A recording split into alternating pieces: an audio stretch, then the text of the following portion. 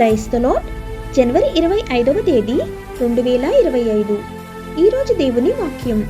యెహోవా తన పరిశుద్ధాలయంలో ఉన్నాడు. యెహోవా సింహాసనము ఆకాశమందున్నది.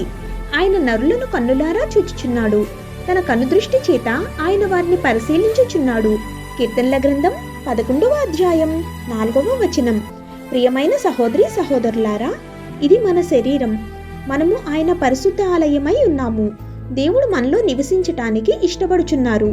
యేసు ద్వారా దేవుడు వచ్చి మనలో నివసించాలని కోరుచున్నారు.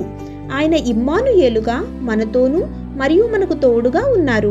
పరిశుద్ధాత్మ ద్వారా ఇప్పుడు దేవుడు మనలో నివసించడానికి ఈ లోకమునకు దిగివచ్చారు. ఆయన మనలను తన పవిత్ర ఆలయంగా అంగీకరిస్తారు. మనం బాధలో దేవునికి మొరపెట్టినప్పుడు ఆయన మన మొరలను ఆలకిస్తాడు. ఆయన మన నుండి ఎంతో దూరంలో లేడు.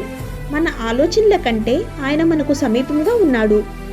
మనకు ఆయన అవసరమైనప్పుడు ఆయన మనలను విడిపించుటకు మన యొద్దకు దిగి వస్తాడు. ఆమేన్. God bless you.